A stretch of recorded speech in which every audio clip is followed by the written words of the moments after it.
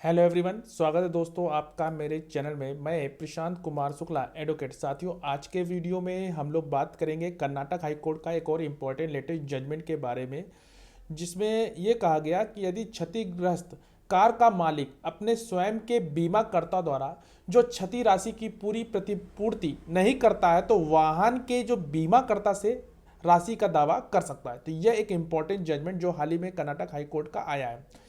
Video शुरू करने से पहले अगर आप मेरे चैनल में पहली बार है, चैनल को जरूर सब्सक्राइब करिए, लाइक करिए, शेयर करिए, कमेंट करना तो मत भूलिए। आइए जानते हैं इस इंपॉर्टेंट जजमेंट को। हाल ही में कर्नाटक हाई कोर्ट ने कहा कि मोटर दुर्घटना में यदि क्षतिग्रस्त वाहन के बीमाकर्ता द्वारा मरम्मत के लिए कुल राशि की प्रतिपूर्ति नहीं की जाती तो दावेदार को अपराधी वाहन के बीमाकर्ता से राशि से शेष राशि के भुगतान के लिए मोटर एक्सीडेंटल क्लेम यानी कि ट्रिब्यूनल से संपर्क करने का पूरा अधिकार होगा। कोर्ट ने कहा कि ऐसे ही दावेदार टैक्सी मालिक की अपील आंशिक रूप से स्वीकार कर ली जिसने याचिका उसके द्वारा दावा खारिज करने वाले ट्रिब्यूनल के आदेश के खिलाफ दायर की गई थी। कोर्ट ने क्या कहा आइए वो जानते हैं। दावेदार उसी राशि का दावा नहीं कर सकता जो उसने अपने बीमाकर्ता से वाहन को हुए नुकसान के लिए फिर से अपराधी वाहन के बीमाकर्ता से प्राप्त की थी। हालांकि यदि उसके बीमाकर्ता द्वारा कुल राशि की प्रतिपूर्ति नहीं की जाती तो दावेदार को ट्रिब्यूनल से अपील करने का पूरा अधिकार होगा कि वह अपराधी वाहन के बीमाकर्ता से शेष राशि भुगतान करने का आदेश दे। अपीलकर्ता ने कहा कि वह एक टैक्सी से अपनी आय कमाता था और दुर्घटना के कारण हुए नुकसान के लिए यानी कि 2 लाख रुपए का मुआवजा मांगा। उन्होंने दावा किया कि उन्हें अपनी बीमाकर्ता से मरम्मत पर खर्च की गई कुल राशि नहीं मिली। आपत्तिजनक वाहन की बीमा कंपनी ने यह कहते हुए याचिका का विरोध किया कि अपीलकर्ता बीमाकर्ता ने दावे को पूर्ण और अंतिम निपटान के लिए 78,000 रुपये राशि का भुगतान किया, इसलिए उस राशि को दोबारा दावा करना अनुचित है। पीठ ने रिकॉर्ड देखने के बाद पाया कि जो अपीलकर्ता को हुए कुल नुकसान की भरपाई उसके बीमाकर्ता द्वारा नहीं की गई। कोर्ट ने क्या कहा आइए वो जानते। कोर्ट ने कहा कि अपने वाहन को सड़क पर वापस लाने के लिए अपीलकर्ता को शेष राशि का भुगतान करना आवश्यक है।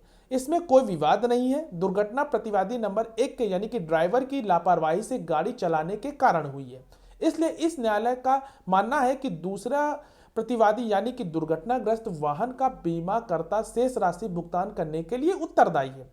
चर्चा के अनुसार शेष राशि यानी कि 33,324 रुपये बनती है।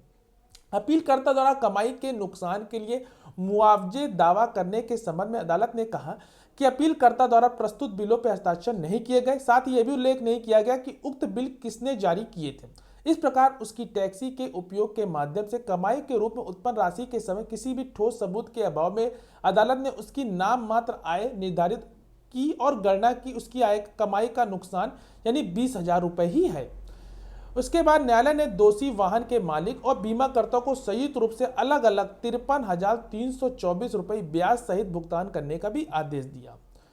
कोर्ट ने यह भी टिप्पणी की कि जब दूसरे के कृत्यों के कारण उपयोग में लाया जा रहा वाहन क्षतिग्रस्त हो जाता है तो जहां इस बात का प्रमाण है कि वाहन का मरम्मत कराने में लगने वाली अवधि के दौरान वाहन का मालिक कमाई नहीं कर सका क्योंकि वह इसके उपयोग के माध्यम से ऐसा कर सकता था, उक्त वाहन का उत्पादन किया जाता है। मोटर एक्सीडेंट क्लेम ट्रिब्यूनल वाहन के मालिक द्वारा आय सृजन के लिए उक्त वाहन का उपयोग न करने के कारण हुए नुकसान की भरपाई करने के लिए बाध्य जो दूसरों की गलती के कारण हुआ है। तो ये एक इंपॉर्टेंट जजमेंट जो हाल ही में कर्नाटक हाई कोर्ट का आया है।